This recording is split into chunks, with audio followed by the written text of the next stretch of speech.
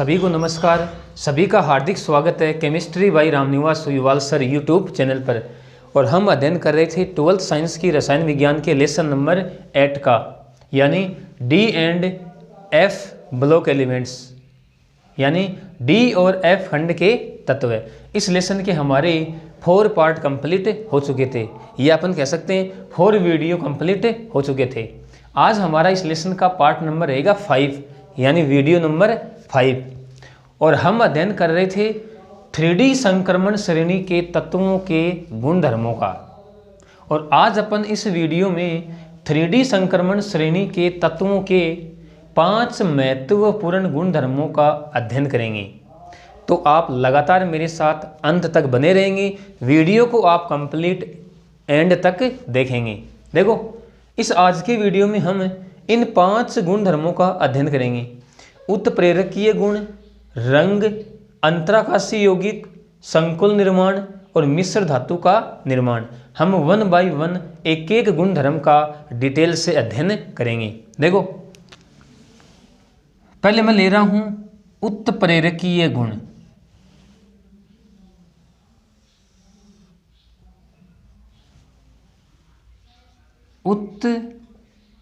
उत्प्रेरकीय गुण,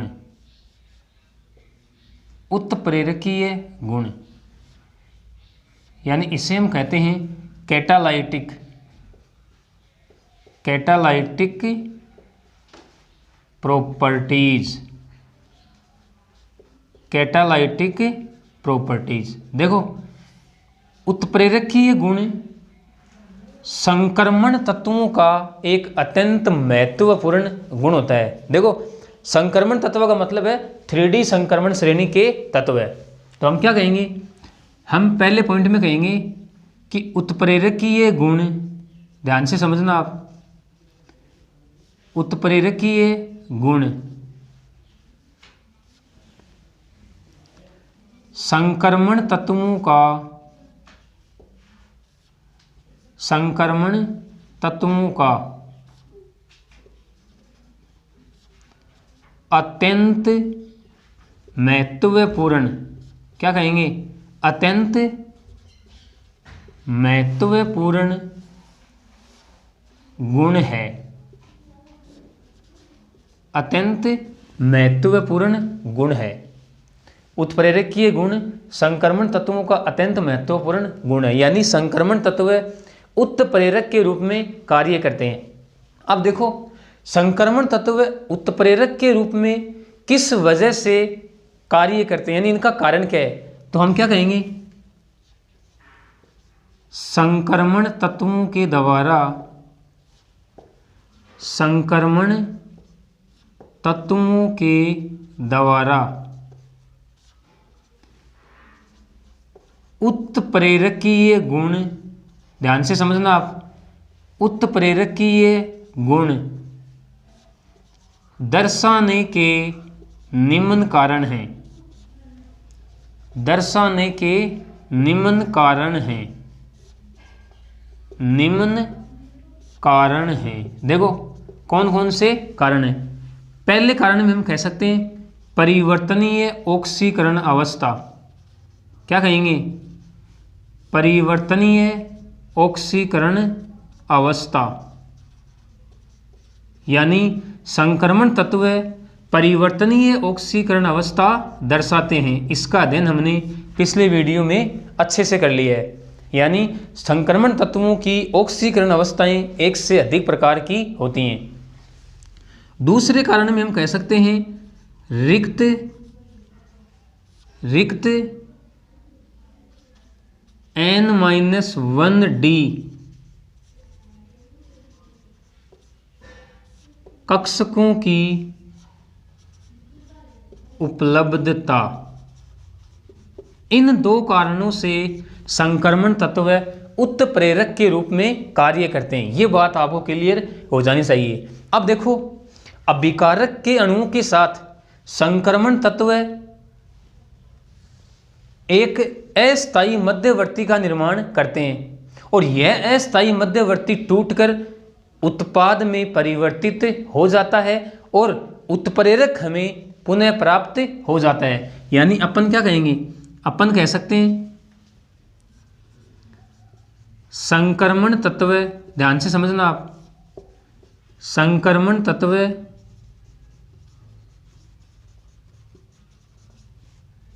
अभिकारक अणुओं के साथ, अभिकारक अणुओं के साथ जुड़कर एक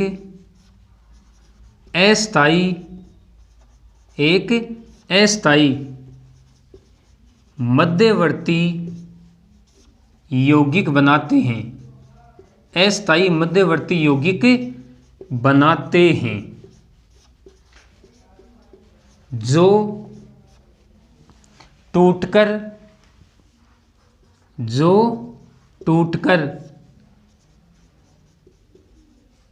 उत्पाद बना देता है, टूटकर उत्पाद बना देता है तथा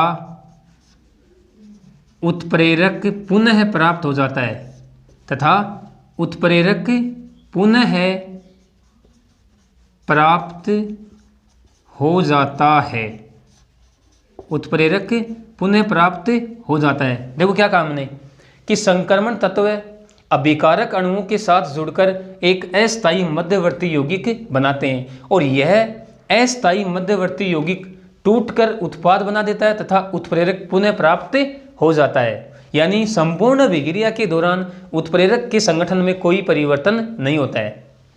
अब देखो उत्प्रेरक की उपस्थिति में अभिक्रिया ऐसे मार्ग से संपन्न होती है जिसमें सक्रियण ऊर्जा का मान कम हो जाता है और अभिक्रिया तीव्र गति से संपन्न हो जाती है। तो अपन क्या कहेंगे, अपन कहेंगे उत्प्रेरक की उपस्थिति में,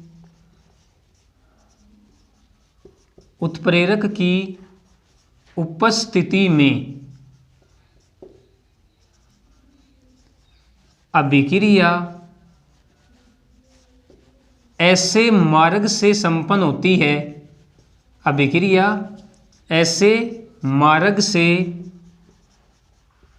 संपन्न होती है, ऐसे मार्ग से संपन्न होती है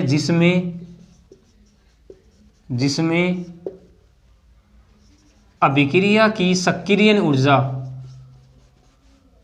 जिसमें अभिक्रिया की सक्रियण ऊर्जा का मान, अभिक्रिया की सक्रियण ऊर्जा का मान कम होता है, कम होता है तथा अभिक्रिया तीव्र गति से, तथा अभिक्रिया तीव्र गति से संपन्न हो जाती है, तीव्र गति से संपन्न हो जाती है, संपन्न हो जाती है। देखो संक्रमण तत्व अभिकारक अणुओं के साथ जुड़ रहे हैं, यानी ये संक्रमण तत्व अपने रिक्त कक्षकों का उपयोग करके अभिकारक अणुओं के साथ जुड़ेंगे और एक अस्थायी मध्यवर्ती यौगिक बनाएंगे।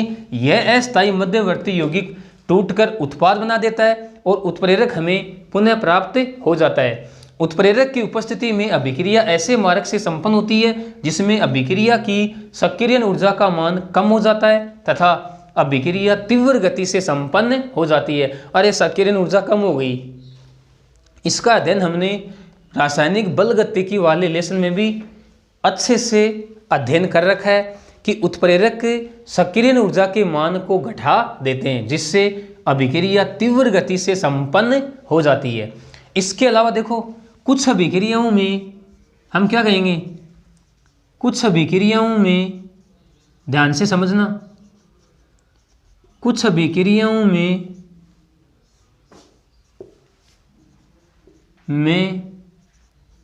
उत्प्रेरक अभिक्रिया के लिए, उत्प्रेरक अभिक्रिया के लिए सतह उपलब्ध करवाते हैं। इंपॉर्टेंट बात है भाई। कुछ अभिक्रियाओं में उत्प्रेरक अभिक्रिया के लिए, यह कह सकते हैं अभिक्रिया संपन्न होने के लिए सतह उपलब्ध करवाते हैं, सतह उपलब्ध करवाते हैं। अर्थात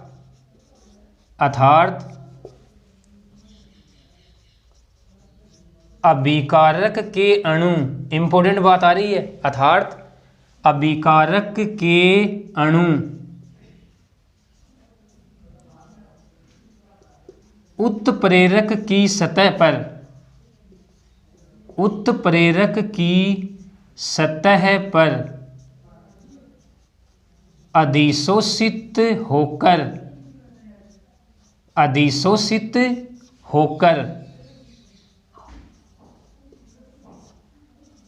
उत्पाद का निर्माण करते हैं, उत्पाद का निर्माण करते हैं, उत्पाद का निर्माण करते हैं तथा यह उत्पाद विशोषण के द्वारा, विशोषण के द्वारा उत्प्रेरक की सतह से, उत्प्रेरक की सतह से हट जाता है, हट जाता है और उत्प्रेरक पुनः प्राप्त हो जाता है, और उत्प्रेरक पुनः प्राप्त हो जाता है, उत्प्रेरक पुनः प्राप्त हो जाता है। तो ओवरऑल अपन कह सकते हैं कि संक्रमण तत्व उत्प्रेरक के रूप में कार्य करते हैं और इन दो प्रकार से उत्प्रेरक के रूप में वो अपनी भूमिका निभाते हैं। पहला प्रकार हमने कौन सा बताया कि संक्रमण तत्व अपने रिक्त कक्षकों का उपयोग करके अभिकारक अणुओं के साथ जुड़ेंगे और एक अस्थायी मध्यवर्ती यौगिक बनाएंगे। यह अस्थायी मध्यवर्ती यौगिक टूटकर उत्पाद बना देता है तथा उत्प्रेरक हमें पुनः प्राप्त हो जाता है। यानी ओवरऑल अपन कह सकते हैं कि उत्प्रेरक की उपस्थिति में अभिक्रिया ऐसे मार्ग से संपन्न होती है जिसमें अभिक्रिया की सक्रियण ऊर्जा घट जाती है और अभिक्रिया का वेग बढ़ जाता है। फिर हमने कहा कि कुछ अभिक्रियाओं में उत्प्रेरक अभिक्रिया के लिए सतह उपलब्ध करवाते हैं, अर्थात अभिकारक के अणु उत्प्रेरक की सतह पर अधिशोषित होकर उत्पाद का निर्माण करते हैं तथा यह उत्पाद विशोषण के द्वारा उत्प्रेरक की सतह से हट जाते हैं। अरे उत्पाद का उत्प्रेरक की सतह से हटना विशोषण कहलाता है। हमने पृष्ठ रसायन वाले लेसन में विशोषण, अधिशोषण इनका डिटेल से अध्ययन कर रखा है, तो वहाँ पर भी आप इनको समझ सकते हैं। और उत्प्रेरक हमें पुनः प्राप्त हो जाता है। तो इस प्रकार संक्रमण तत्व उत्प्रेरक के रूप में अपनी सक्रिय भूमिका निभाते हैं। देखो इसको हम इस प्रकार से भी समझ सकते हैं कि किस प्रकार उत्प्रेरक की सतह उपलब्ध करवाते हैं। आप डायग्राम से भी इसे समझ सकते हैं।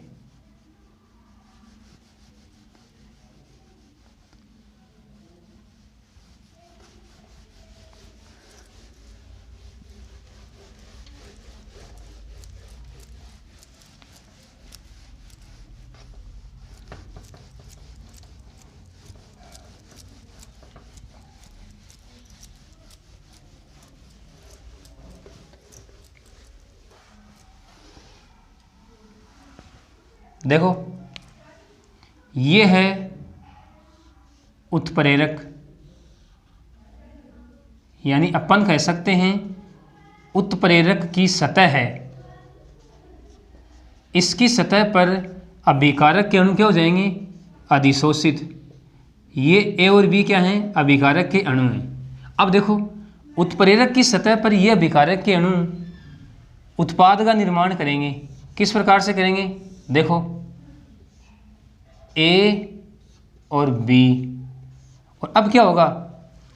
उत्प्रेरक की सतह पर अभिकारक के अणु अधिशोषित होकर उत्पाद का निर्माण करते हैं और अब यह उत्पाद विशोषण के द्वारा, यानी अपन कहेंगे ये तो हमारा उत्प्रेरक और प्लस क्या बन गया AB, यानी ये तो है हमारा उत्प्रेरक और ये है उत्पाद।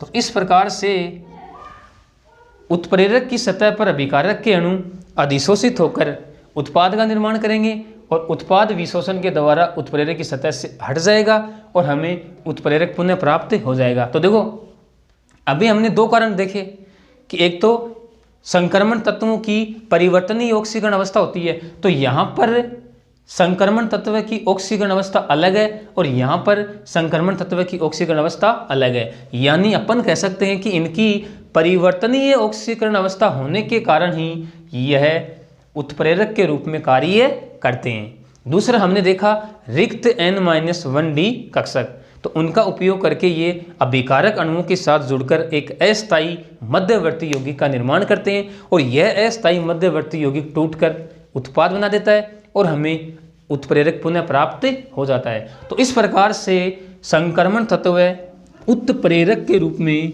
कार्य करते हैं। अब हम कुछ एग्जाम्पल देखते हैं।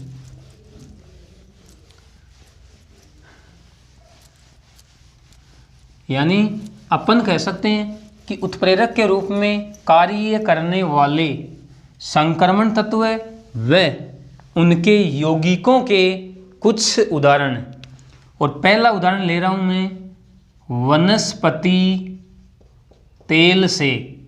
क्या कहेंगे? वनस्पति तेल से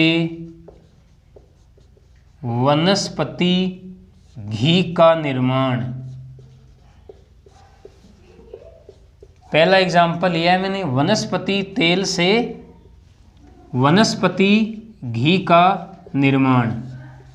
देखो RCH double bond CH COOR, ये है असंतृप्त, यानी ये तो है वनस्पति तेल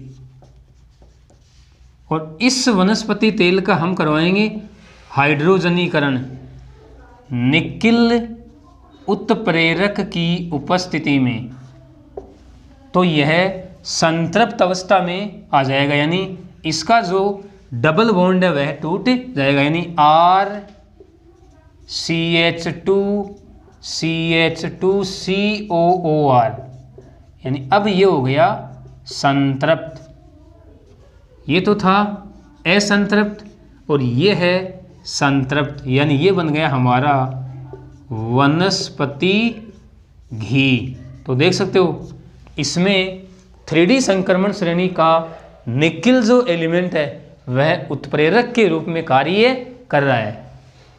दूसरा एग्जाम्पल अपन ले सकते हैं हेबर विधि द्वारा। क्या कहेंगे?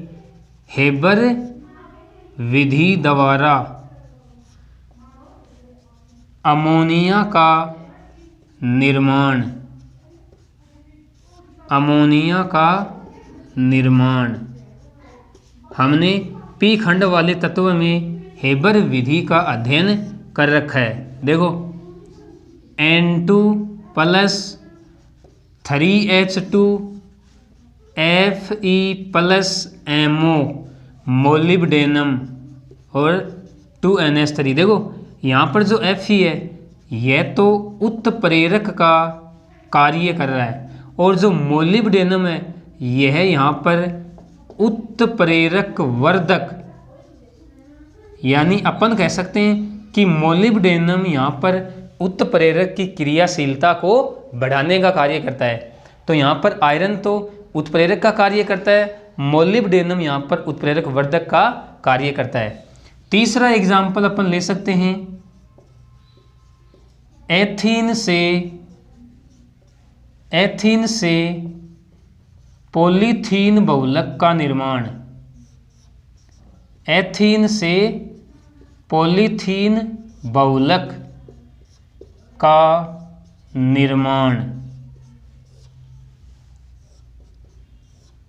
एथीन से पॉलीथीन, यानी ये एथीन की यहाँ पर N इकाइयाँ हैं और यहाँ पर उत्प्रेरक रहेगा TiCl4।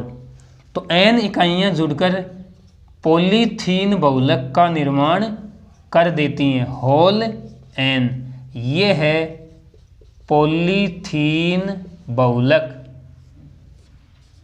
पॉलीथीन बहुलक।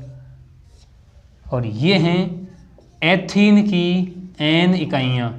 तो देख सकते हो यहाँ पर उत्प्रेरक के रूप में 3D संक्रमण श्रेणी का तत्व कौन सा काम आ रहा है, टाइटेनियम। यानी टाइटेनियम से बना यौगिक यहाँ पर उत्प्रेरक का कार्य कर रहा है। एक एग्जाम्पल अपन और ले सकते हैं, देखो इसको मैं हटा रहा हूँ।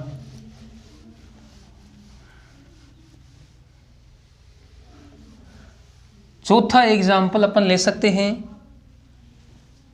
नाइट्रिक अम्ल HNO3 के निर्माण की ओस्टवाल्ड विधि। ओस्टवाल्ड विधि, देखो पूरी ओस्टवाल्ड विधि काम में नहीं आएगी। ओस्टवाल्ड विधि की एक अभिक्रिया हम यहाँ पे ले रहे हैं। देखो अमोनिया 4NH3 प्लस 5O2 यहाँ पर प्लेटिनम उत्प्रेरक के रूप में कार्य करता है और तापमान रहेगा यहाँ पर 800 डिग्री सेंटीग्रेड। देखो क्या बनेगा, 4 तो NO और साथ में अपन कह सकते हैं 6H2O। देख सकते हो 6 ऑक्सीजन, 6 और 4 10 और 10 यहाँ पे। यानी यहाँ पर भी देखो प्लेटिनम क्या है, एक संक्रमण तत्व है। तो अपन कह सकते हैं कि संक्रमण तत्व उत्प्रेरक के रूप में कार्य करते हैं। तो हमने जो पहला गुण था उत्प्रेरक के गुण, इसका हमने अध्ययन कर लिया। अब हम नेक्स्ट गुणधर्म की बात करते हैं, रंग की। अब हम ले रहे हैं हमारा जो अगला गुणधर्म है रंग। देखो सेकंड, यहां लिख रहा हूं मैं रंग यानी कलर। देखो संक्रमण तत्व रंग दर्शाते हैं और रंग दर्शाने के लिए देखो क्या कंडीशन है, मैं आपको पहले कंडीशन बता रहा हूं। वे संक्रमण धातु आयन, ध्यान से समझना आप, वे संक्रमण धातु आयन जिनमें N-1D कक्षकों में अयुग्मित इलेक्ट्रॉन उपस्थित होते हैं। अयुग्मित इलेक्ट्रॉन उपस्थित होते हैं।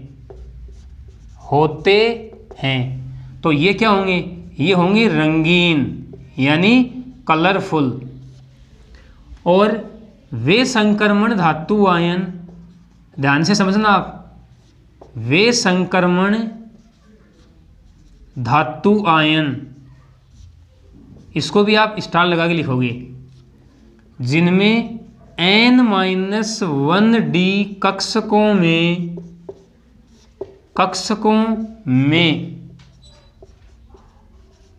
अयुग्मित इलेक्ट्रॉन अनुपस्थित होते हैं, वे क्या होंगे, रंगहीन।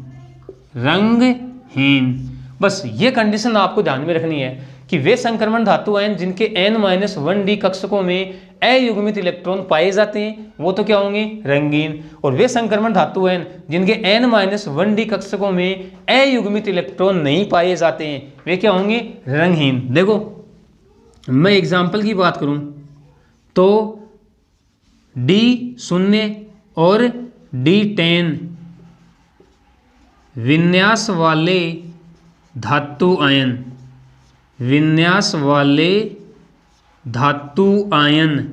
रंगहीन होते हैं। क्या कहेंगे, रंगहीन होते हैं, रंगहीन होते हैं। देखो कुछ एग्जाम्पल ले रहा हूँ मैं। स्कैंडियम है, स्कैंडियम का विन्यास क्या होता है 3d1 4s2। और अब मैं स्कैंडियम 3+ बनाऊँ तो क्या होगा 4s के 2 इलेक्ट्रॉन और 3d का, यानी तीनों इलेक्ट्रॉन बाहर निकल जाएंगे और 3d शून्य और 4s भी शून्य। इसी प्रकार मैं बात करूं टाइटेनियम की। टाइटेनियम का विन्यास क्या होता है 3d2 4s2।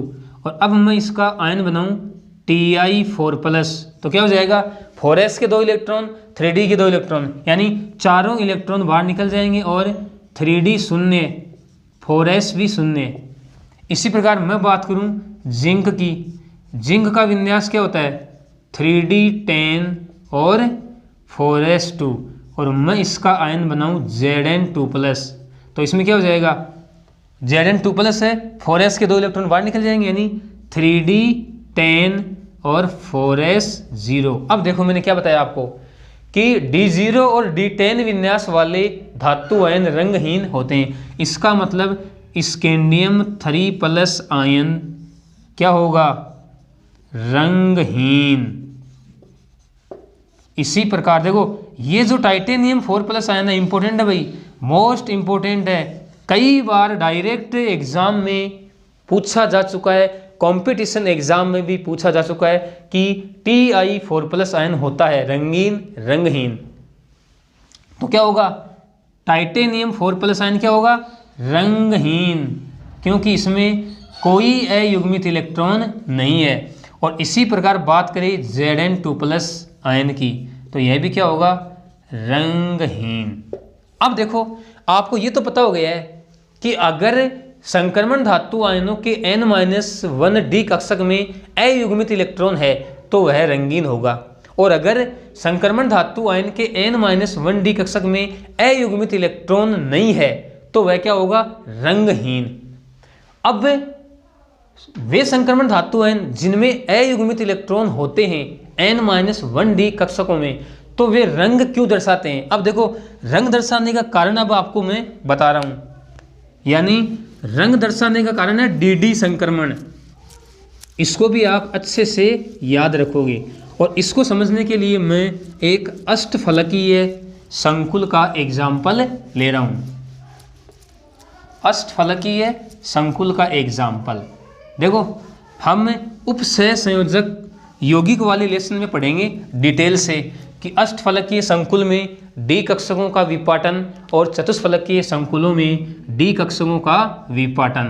तो यहाँ पर मैं एग्जाम्पल ले रहा हूँ अष्टफलकीय संकुल में, अष्टफलकीय संकुल में d कक्षकों का विपाटन, d कक्षकों का विपाटन। देखो अष्टफलकीय संकुल में d कक्षकों का विपाटन कैसे होगा। देखो ये हमारे पास 5 क्या हैं समभ्रंश d कक्षक। समभ्रंश क्यों कहते हैं, क्योंकि इन 5 d कक्षकों की ऊर्जा बराबर होती है, तो इन्हें हम कहते हैं समभ्रंश d कक्षक। और इनका विपाटन इस प्रकार से होता है 2 कक्षक उच्च ऊर्जा के और 3 कक्षक निम्न ऊर्जा के। इन्हें हम कहते हैं T2g और इन्हें हम कहते हैं Eg, यानी ये तो हैं Eg कक्षक और ये हैं T2g कक्षक। इलेक्ट्रॉन रहेगा तो वह निम्न ऊर्जा के कक्षकों में रहेगा, यानी यहाँ पर मान लो कोई इलेक्ट्रॉन है। अब ये इलेक्ट्रॉन जब इस पर दृश्य प्रकाश की किरणें पड़ेंगी तो यह ऊर्जा का अवशोषण करके निम्न ऊर्जा स्तर से, या अपन कह सकते हैं कि निम्न ऊर्जा के कक्षक से उच्च ऊर्जा के कक्षक में चला जाता है, और यह वापस जब उच्च ऊर्जा से निम्न ऊर्जा के कक्षक में आता है तो यह ऊर्जा का उत्सर्जन करता है, और इसको हम कहते हैं dd संक्रमण। dd संक्रमण। देखो डी संक्रमण क्यों कहा? क्योंकि ये कक्षक भी क्या हैं, डी कक्षक ही तो हैं, और ये कक्षक भी क्या हैं, डी कक्षक ही हैं। भाई जो 5 समभ्रंश डी कक्षक थे इनका विपाटन हो गया 2 प्रकार के कक्षकों में। 2 तो बन गए उच्च ऊर्जा के कक्षक जिन्हें हमने क्या कहा, ईजी कक्षक, और 3 बन गए निम्न ऊर्जा के कक्षक जिन्हें हमने क्या कहा, T2G कक्षक। तो इलेक्ट्रॉन निम्न ऊर्जा के कक्षकों में अपना स्थान ग्रहण करते हैं। जब दृश्य प्रकाश की विकिरणें इन पर पड़ती हैं तो यह ऊर्जा का अवशोषण करके उच्च ऊर्जा स्तरों में चले जाते हैं। यानी अपन कह सकते हैं कि यहाँ पर संक्रमण हो रहा है T2G कक्षक से, T2G कक्षक से EG कक्षक में, और इसी को हमने क्या कहा, DD संक्रमण। और इसी DD संक्रमण की वजह से ये रंग का शो करते हैं, यानी ये रंग दर्शाते हैं। तो ये हो गई हमारी रंग की बात कि सिंपल सा फंड है, आपको ध्यान में क्या रखना है कि वे संक्रमण धातु आयन जिनके N-1D कक्षकों में अयुग्मित इलेक्ट्रॉन हैं तो वो रंगीन होंगे, और अगर अयुग्मित इलेक्ट्रॉन नहीं है तो वे रंगहीन होंगे। अब हम चर्चा करते हैं नेक्स्ट गुणधर्म की। देखो अब है हमारा अगला गुणधर्म अंतराकाशी यौगिक। अंतराकाशी यौगिक यानी इन्हें हम कहते हैं इंटरस्टिशियल कंपाउंड्स। Interstitial compounds. देखो अंतराकाशी यौगिकों का निर्माण भी संक्रमण तत्व करते हैं। यानी अपन क्या कहेंगे कि संक्रमण धातुओं में परमाणुओं के निबिड़ संकुलित होने के बावजूद भी इनमें छोटे छोटे रिक्त स्थान बचे रहते हैं, और इन रिक्त स्थानों को अंतराकाश कहते हैं। इनमें छोटे आकार के अधातु के परमाणु जैसे हाइड्रोजन है, बोरोन है, कार्बन है, नाइट्रोजन है इत्यादि अपना स्थान ग्रहण कर लेते हैं, और इनसे बने यौगिक अंतराकाशी यौगिक कहलाते हैं। यानी अपन क्या कह सकते हैं, देखो निबिड़ संकुलन हमने लेसन फर्स्ट में पढ़ रखा है अच्छी प्रकार से। ठोस अवस्था वाले चैप्टर में हमने ठोसों में निबिड़ संकुलन अच्छी तरीके से पढ़ रखा है। तो मैं निबिड़ संकुलित व्यवस्था दिखा रहा हूं यहां पर।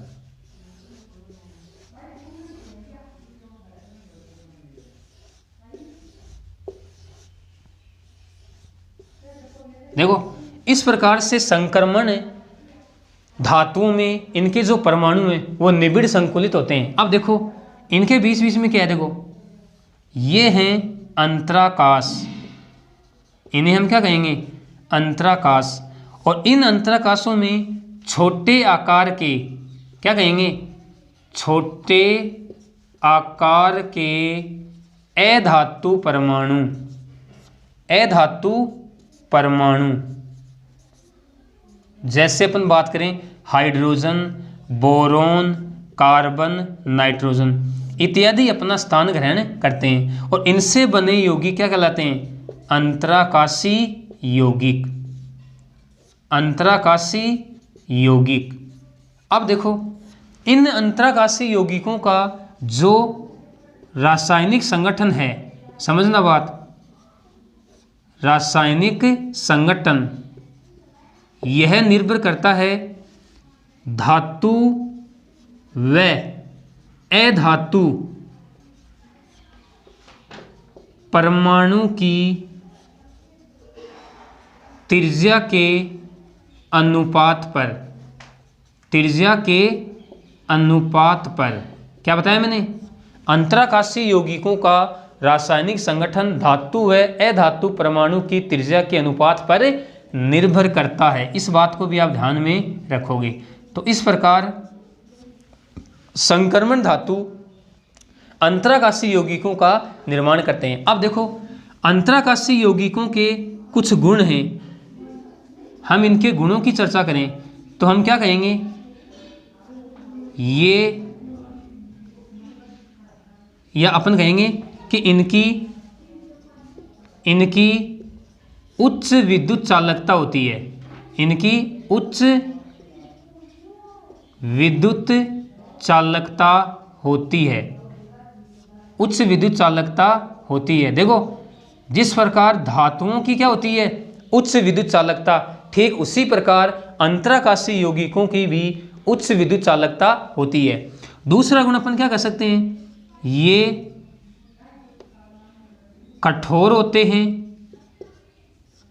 ये मजबूत होते हैं, कठोर होते हैं, मजबूत होते हैं, और इनकी रासायनिक क्रियाशीलता, इनकी रासायनिक क्रियाशीलता, इनकी रासायनिक क्रियाशीलता कम होती है, इनकी रासायनिक क्रियाशीलता कम होती है। देखो पहला गुण हमने कौन सा लिया, इनकी उच्च विद्युत चालकता होती है, ये कठोर होते हैं, ये मजबूत होते हैं, और इनकी रासायनिक क्रियाशीलता कम होती है। और अब अपन क्या कह सकते हैं कि इनके गलनांक व कवथनांक, इनके गलनांक व कवथनांक उच्च होते हैं, गलनांक व कवथनांक उच्च होते हैं। तो ये इनके गुण हो गए। किस प्रकार से ये अंतराकाशीय यौगिकों का निर्माण करते हैं, कोई कंफ्यूज आपको नहीं होनी चाहिए। लेते हैं हम हमारा नेक्स्ट गुणधर्म, संकुल निर्माण। अब हमारा नेक्स्ट गुण है संकुल निर्माण। संकुल निर्माण यानी अपन कह सकते हैं कॉम्प्लेक्स फॉर्मेशन। देखो संक्रमण धातु आयन विभिन्न संकुलों का निर्माण करते हैं, और क्यों करते हैं, दो कारण है। देखो पहला कारण तो हम कह सकते हैं कि इनमें लगभग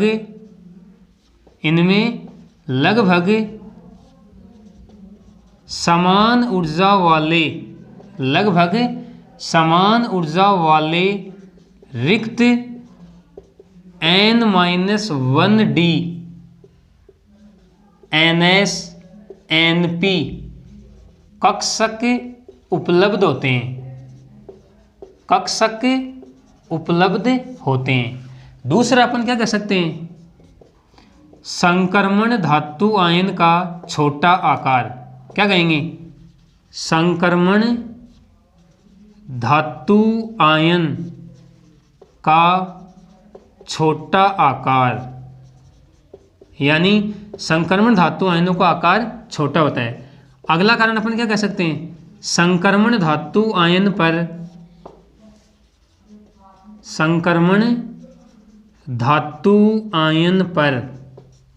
उच्च आवेश घनत्व है।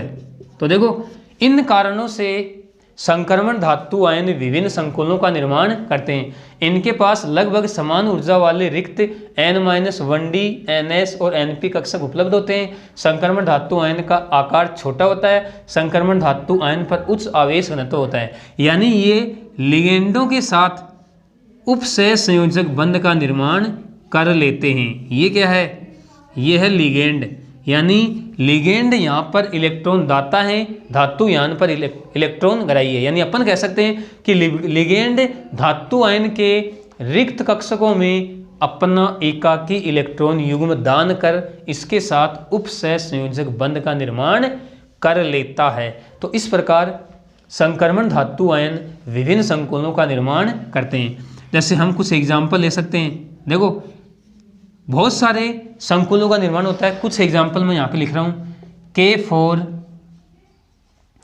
FeCN की होल 6, फिर अपन ले सकते हैं K3 FeCN की होल 6। इसी प्रकार अपन ले सकते हैं Cr NS3 की होल 6, Cl3 Cu NS3 की होल 4। यानी ये कुछ संकुलों के मैंने एग्जाम्पल लिखे हैं। देखो ये हमारा संक्रमण धातु आयन है, केंद्रीय संक्रमण धातु आयन, और ये यहाँ पे क्या है, लिगेंड। तो इस प्रकार संक्रमण धातु आयन विभिन्न संकुलों का निर्माण करते हैं। बात करते हैं हम नेक्स्ट गुणधर्म की। अब हम बात करते हैं हमारा जो अंतिम गुणधर्म है, मिश्र धातु का निर्माण। मिश्र धातु का निर्माण, यानी इसे हम कहते हैं एलॉय फॉर्मेशन। एलॉय फॉर्मेशन, देखो अपन क्या कह सकते हैं कि दो या दो से अधिक धातुओं से बना समांगी मिश्रण मिश्र धातु कहलाता है। देखो ध्यान से समझना आप, दो या दो से अधिक, दो या दो से अधिक धातुओं से बना समांगी मिश्रण, बना समांगी मिश्रण मिश्र धातु कहलाता है। मिश्र धातु कहलाता है, यानी धातु दो भी हो सकती है और दो से अधिक भी हो सकती है। तो दो या दो से अधिक धातुओं से बना समांगी मिश्रण मिश्र धातु कहलाता है। अब देखो, हम किसी भी धातु को इसी प्रकार से नहीं मिला सकते, यानी अपन क्या कह सकते हैं कि मिलाने वाली धातुओं की परमाणविक त्रिज्याएं लगभग समान होनी चाहिए। क्या कहेंगे, मिलाई जाने वाली, इंपॉर्टेंट बात है, मिलाई जाने वाली धातुओं की परमाणविक त्रिज्या लगभग समान होनी चाहिए, लगभग समान होनी चाहिए। देखो, हमने जब 3D श्रेणी के तत्वों की परमाणविक त्रिज्या का अध्ययन किया था तो वहां पर भी हमने देखा था कि डी खंड की जो श्रेणी होती है उसकी एक श्रेणी में, जैसे अपन बात करें 3D संक्रमण श्रेणी में, तो 3D संक्रमण श्रेणी के तत्वों की परमाणविक त्रिज्या लगभग क्या रहती है, समान रहती है। तो इसीलिए संक्रमण तत्व मिश्र धातुओं का निर्माण करते हैं। तो यह कंडीशन फॉलो हो रही है, कौन सी, कि मिलाई जाने वाली धातुओं की परमाणविक त्रिज्या लगभग समान होनी चाहिए। जैसे मैं कुछ एग्जाम्पल लूँ, Cu प्लस जिंक यानी कॉपर प्लस जिंक, तो बनने वाली मिश्र धातु होती है पीतल। इसी प्रकार मैं कॉपर में क्या मिला दूं, टिन, तो क्या बनेगा, कांसा। और इसी प्रकार अगर लोहे में क्रोमियम मिला दें, वेनेडियम मिला दें, मैंगनीज मिला दें, मोलिब्डेनम मिला दें, मैंगनीज, मोलिब्डेनम, टंगस्टन, तो हमें स्टील प्राप्त होती है। यानी इनसे बनने वाली मिश्र धातु को हम क्या कहते हैं, स्टील, जो वर्तमान समय में काफ़ी उपयोगी है। तो इस प्रकार संक्रमण जो तत्व हैं वो मिश्र धातुओं का निर्माण करते हैं, या अपन कह सकते हैं कि संक्रमण धातुएं मिश्र धातुओं का निर्माण करती हैं। अब देखो, मिश्र धातुओं के अपन गुणों की बात करें, मिश्र धातु के गुण, तो देखो गुणों में हम क्या कह सकते हैं, गुणों में हम कह सकते हैं ये कठोर होती हैं, क्या कहेंगे, ये कठोर होती हैं, ये मजबूत होती हैं, और ये उच्च गलनांक वाली होती हैं, उच्च गलनांक वाली होती हैं। तो ये मिश्र धातुओं के कुछ गुण हो गए।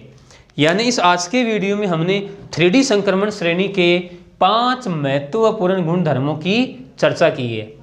उत्प्रेरकीय गुण, रंग, अंतराकाशीय यौगिक, संकुल निर्माण और मिश्र धातु का निर्माण। नेक्स्ट वीडियो में हम 3D संक्रमण श्रेणी का एक बहुत ही महत्वपूर्ण गुणधर्म है चुंबकीय गुण, उसकी चर्चा हम नेक्स्ट वीडियो में करेंगे। तो आज की इस वीडियो के लिए इतना ही। ओके, धन्यवाद।